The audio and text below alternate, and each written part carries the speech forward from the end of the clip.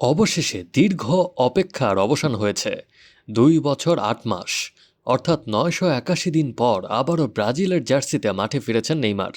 ২০২৩ সালের ১৭ অক্টোবরের পর ব্রাজিলের হয়ে আর খেলা হয়নি সান্তোস তারকার। ইনজুরি, পুনর্বাসন আর অনিশ্চয়তার দীর্ঘ পথ পেরিয়ে অবশেষে আবার ফুটবল মাঠে দেখা মিলল ব্রাজিলিয়ান ফুটবলের এই সুপারস্টারকে।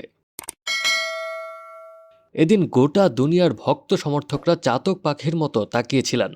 অবশেষে আসে সেই মাহেন্দ্র খন। ম্যাচের ৭৬তম মিনিটে কুনহার বদলি হিসেবে মাঠে নামেন নেইমার। ২০২৩ সালের অক্টোবরের পর চোটের দীর্ঘ লড়াই পেরিয়ে প্রায় ২.৫ বছর পর প্রথমবার ব্রাজিলের জার্সিতে মাঠে পা রাখলেন এই মহাতারকা। যদিও ম্যাচে তেমন কিছু করার সুযোগ হয়নি। ম্যাচ শেষ হতেই উচ্ছ্বাসে মেতে ওঠে ব্রাজিল। সি গ্রুপে ৭ পয়েন্ট পেয়ে গ্রুপ চ্যাম্পিয়ন হয়ে শেষ ৩২-এ পা রেখেছে সেলেসাওরা।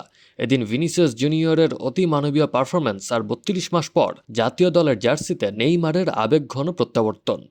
২-এ মিলে স্কটল্যান্ডকে ৩-০ গোলে উড়িয়ে গ্রুপ চ্যাম্পিয়ন হয়ে নকআউটে পা রাখল সেলেসাওরা।